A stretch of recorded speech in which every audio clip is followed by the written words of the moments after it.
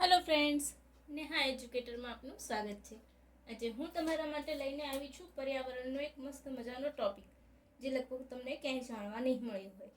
તો આજે તમે આ એક વખત જોઈ લેશો તો તમને આવનારી એસટીઆઈની પરીક્ષા હશે, બેલીફની હશે, કંડક્ટરની હશે, વોટ એવર કે કોઈ પણ પરીક્ષા હશે, જો એમાં વન લાઇનરમાં પૂછાઈ જશે તો તમારો એક માર્ક આ તમને પાકો કરાવી આપશે. તો ચાલો બિલકુલ બી ટાઈમ બગાડ્યા વગર શરૂ કરી દઈશું.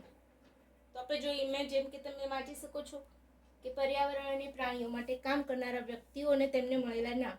તમને ખબર છે કે દરેક ક્ષેત્રે કોઈને કોઈ કામ કરતા હોય છે, એ વ્યક્તિને આપણે ટેગ આપી દઈએ છીએ, રાઈટ?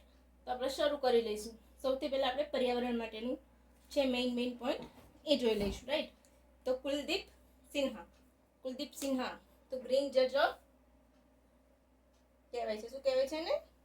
ગ્રીન જજ કહેવાય છે. એટલે કે એમણે પર્યાવરણ પ્રત્યે ખૂબ સંવેદનશીલ છે. ઓલવેઝ એમનો ડિસિઝન આવે છે તો એ પર્યાવરણ અંગે જ આવે છે, રાઈટ? એમની તરફેણમાં જ આપે છે. વિજયપાલ બધેલ તો તમે એમ લખી શકો કે ગ્રીન જજ ઓફ ઇન્ડિયા. પછી હું પાછળ નીચે ક્યાંય નહીં લખું, તમારે આ સમજી જવાનું. Of India Vijaypal Baghel. તો Vijaypal Baghel green man of India કહેવાય છે. આ યાદ રાખજો, green man of India. Done. પછી 9. પછી આવીશું આપણે અજીત શુક્લા. તો આ તમે સ્ટાર લગાવી શકો છો અહીંયા અને અહીંયા બંને. અજીત શુક્લા તો કેમ મેં કહ્યું, તો એમણે શું કહેવાય છે? Green man of Chhattisgarh. આ ખૂબ સમાચારમાં રહ્યા હતા, કારણ હું કહું છું. આમાંથી લગભગ તમારે 2 પ્રશ્નો આવી જશે.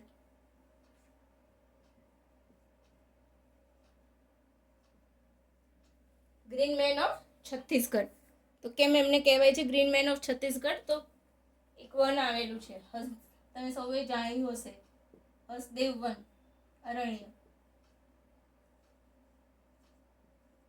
ત્યાં કોલ માઇનિંગ થતું હતું.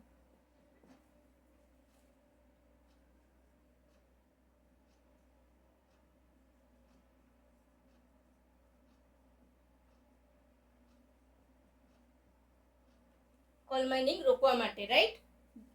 અજીત શુક્લા એમણે એના માટે કામ કરેલું છે. તો તમને એક ક્વેશ્ચન થઈ ગયું કે ગ્રીન મેન ઓફ છત્તીસગઢ કોણ કહેવાય છે? તો અરે સોરી, અહીંયા આલોક શુક્લા આવશે. હું લખી કરી દઉં છું. સોરી ફ્રેન્ડ્સ, તમારા માર્ક્સ મારા કારણે જતા રહે. આલોક શુક્લા, રાઈટ? તો ગ્રીન મેન ઓફ છત્તીસગઢ કહેવાય છે. કેમ? તો હસદેવ અરણ્ય માટે એમણે કામ કર્યું હતું. એટલે તમને ખબર છે એમને કયો એવોર્ડ મળ્યો છે? Gold man environment award.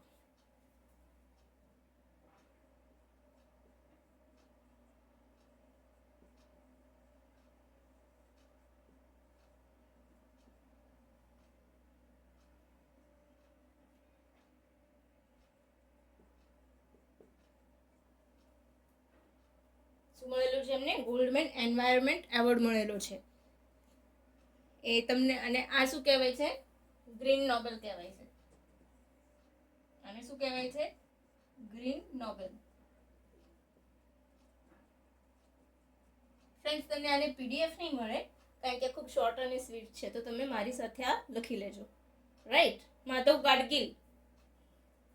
તો માધવ ગાડગીલ, બોલો. માધવ ગાડગીલ એમને પણ હાલમાં જ એવોર્ડ મળ્યો છે.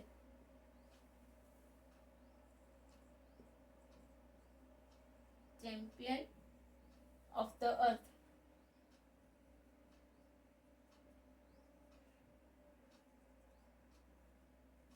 ડન. તો આ યાદ રાખી લેજો. આ બંને Alok Shukla green man of the Chhattisgarh, Hasdeo Arand માટે એમણે કામ કર્યું એટલા માટે, અને ગોલ્ડમેન એન્વાયરમેન્ટ પ્રાઇઝ મળેલું છે એમને, રાઈટ? એને ગ્રીન નોબેલ પણ કહેવામાં આવે છે. જ્યારે માધવ ગાડગીલ તો પર્યાવરણવિદ છે અને champion of the earth award મળેલો છે. અચ્છા, તો ભારતનું હોટસ્પોટ ક્ષેત્ર લખ્યું છે મેં, તો તમને ખબર છે કયા કયા છે? તમે એસએસ લઈ લો તો હું ઇરેઝ કરીને ઉપર બતાવું તમને. લેવાઈ ગયું? ના હોય તો લખી કાઢો. સૌથી બેસ્ટ રીત કઈ છે ખબર છે? Hand return notebook. કારણ કે તમે અહીંથી ઉતારશો એટલે તમારો દિમાગમાં પણ જશે. પીડીએફમાં એટલું નથી જતું હોતું, રાઈટ? આ સૌની મરજીની વાત છે, but hand return notebook A best હોય છે. ચાલો ઇરેઝ કરું છું.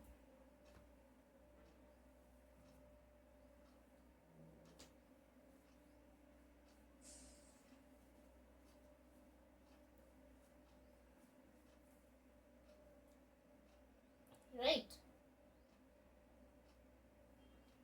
હવે મેં શું કહ્યું હતું?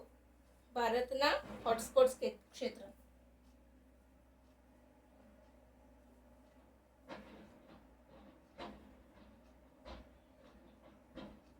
કેટલા છે? 4. વિશ્વમાં 36. રાઈટ? આ યાદ રાખજો. વિશ્વના પૂછે તો 36 ને ભારતમાં 4. આપણે વિશ્વના યાદ રાખવાની જરૂર નથી, પણ આપણે ભારતના જે 4 છે એ તો યાદ રાખવા પડશે. તો કયા છે? Indo Burma. Okay, Indo Burma. પછી આવશે હિમાલય ક્ષેત્ર. રાઈટ? હિમાલય ક્ષેત્ર. પછી આવશે પશ્ચિમી ઘાટ, વેસ્ટર્ન ઘાટ. રાઈટ? અને આંદમાન.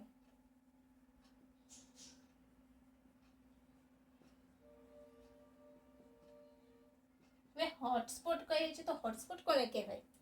વાઈફાઈ વાળું હોટસ્પોટ ના કહેતા, જોઈન કરવા માટેનું. તો જૈવ વિવિધતા ધરાવતા એટલે કે બાયોડાયવર્સિટી હોય તો એ સંવેદનશીલ જ હોવાનું. રાઈટ? એનું રક્ષણ, એનો ઉપયોગ બધું જ થવાનું. તો બાયોડાયવર્સિટી એટલે કે જૈવ વિવિધતાનો સંવેદનશીલ વિસ્તાર. હું લખી દઉં છું.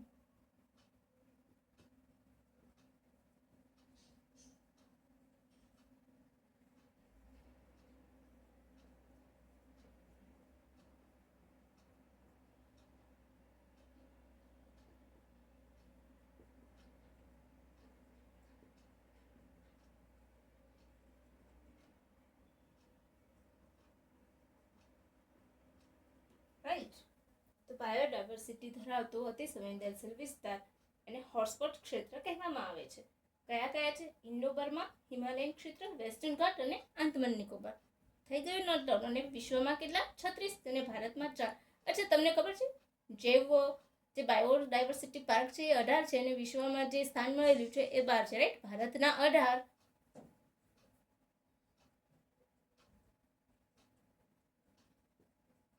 ભારતમાં 18 છે અને તેમાંથી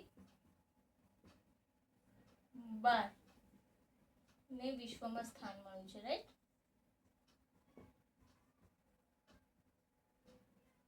ગુજરાતનું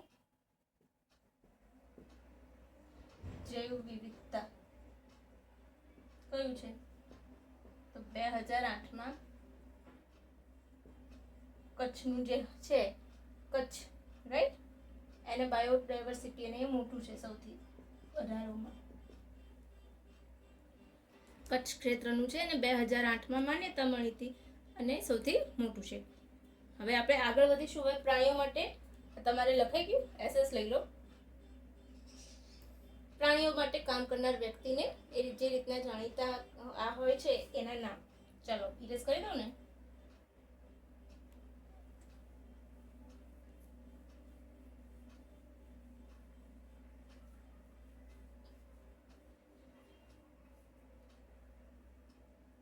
ચલો,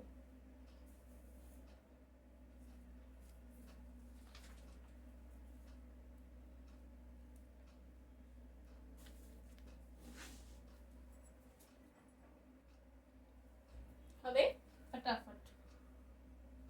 પ્રોફેસર આર.કે. સિન્હા. શું છે? આર.કે. સિન્હા. એ કેવી રીતે જાણીતા છે? The dolphin man of India. તમે આ જોશો ને તો તમને થશે હા હા આટલું બધું આવે છે, ખબર જ નથી અમને. Dolphin man of India. Clear? એવી જ રીતના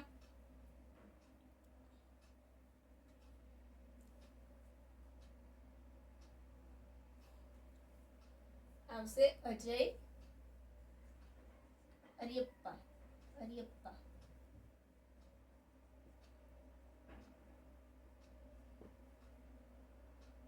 એલિફન્ટ મેન શું કહેવાય છે?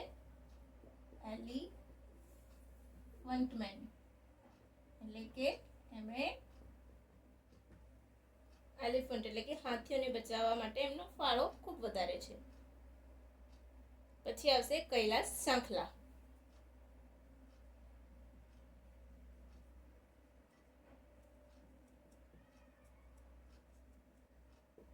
Tiger man, right.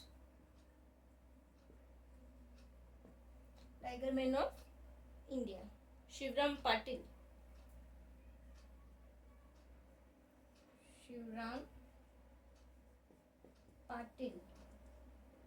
તો એમને કહેવાય છે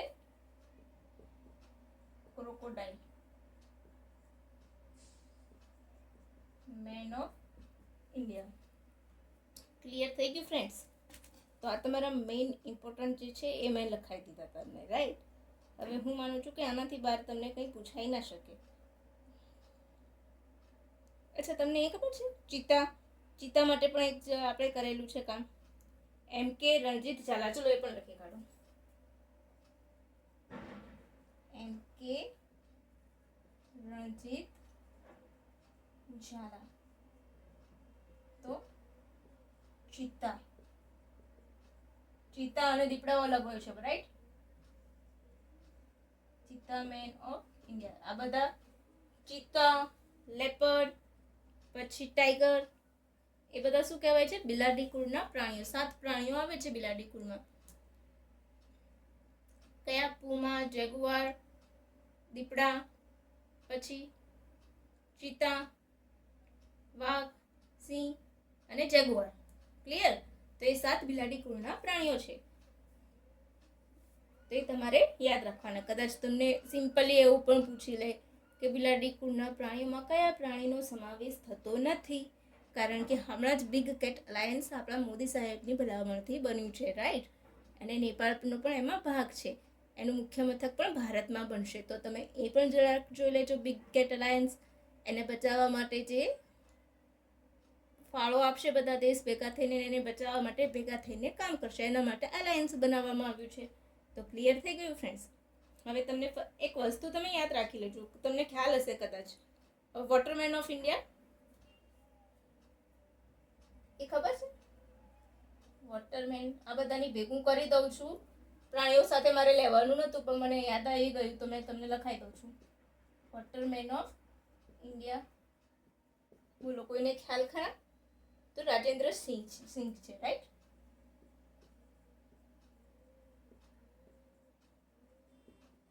કેવું લાગ્યું ફ્રેન્ડ્સ? મજા આવી ને? કંઈક નવું જાણવા મળ્યું ને? તમને ખરેખર ગમ્યું હોય ને તો લાઈક, શેર અને સબસ્ક્રાઈબ જરૂરથી કરજો. અને એવા મિત્રો સાથે પણ શેર કરજો જે અત્યારે હાલ એક્ઝામમાં આપવા બેસવાના છે 22મી. કદાચ આમાંથી પૂછાઈ જાય તો એમનો 1 માર્ક નક્કી થઈ જાય, રાઈટ. તો ચલો ફરીથી ફટાફટ રિપીટ કરી લઈશું. Professor RK Sinha, dolphin man of India. Ajay Arippa Desai, elephant man of India. Kailash Sankhala, tiger man of India. Shivram Patil, crocodile man of India. MK Ranjit Jhala, cheetah man of India. Waterman of India તરીકે કોણ જાણીતું છે? તો પ્રોફેસર રણજીત સિન્હા, ડૉક્ટર રણજીત સિંહ જાણીતા છે, રાઈટ. એ સિવાય ગ્રીન જજ કોણ છે? તો કુલદીપ સિંહ, રાઈટ. આલોક શુક્લા, તો એમને ગોલ્ડમેન એન્વાયરમેન્ટ એવોર્ડ મળેલો છે, જે ગ્રીન નોબેલ કહેવાય છે. ફાધર ઓફ અથવા તો મેન ઓફ છત્તીસગઢ કહેવાય છે, રાઈટ. પછી કયું રહી ગયું? વિજયપાલ બઘેલ, તો ગ્રીન મેન ઓફ ઇન્ડિયા. અને ગ્રીન મેન ઓફ છત્તીસગઢ તો આલોક શુક્લા. અને માધવ ગાડગીલ, તો champion of the earth prize મેળવનારા વ્યક્તિ. 2024માં જેમને મળેલું છે રિસેન્ટ, તે પૂછાવાની શક્યતા વધારે છે. બાયો રિઝર્વ પાર્ક કયા છે? તો 4 છે, રાઈટ. હોટસ્પોટ ભારતમાં 4 હોટસ્પોટ ક્ષેત્ર છે. કયા? તો ઇન્ડો બર્મા, હિમાલયન ક્ષેત્ર, પશ્ચિમ ઘાટ એટલે કે વેસ્ટર્ન ઘાટ અને આંદામાન નિકોબાર. અને વિશ્વમાં કેટલા છે? 36, બરાબર. પછી બાયોડાયવર્સિટી પાર્ક ભારતમાં કેટલા છે? 18. અને વિશ્વમાં એમાંથી 12નો સમાવેશ વર્લ્ડમાં થાય છે, રાઈટ. તો મજા આવી ગઈ ને ફ્રેન્ડ્સ? મજા આવી હોય તો ફરીથી એક વખત like button and share button દબાવતા રહેજો, તો મને પણ ઇન્સ્પિરેશન મળશે કે હું બીજું બધું નવું નવું તમારા માટે લાવતી રહું, રાઈટ? કારણ કે મારે આ કરવામાં પણ સમય લાગે છે. તો તમે મને ઇન્સ્પિરેશન નહીં આપો તો મને પણ થોડુંક ડિમોટિવ થઈ જઈશ. તો તમે પણ મને મોટિવ આપતા રહેજો, રાઈટ? તો thank you for watching my video. By friends.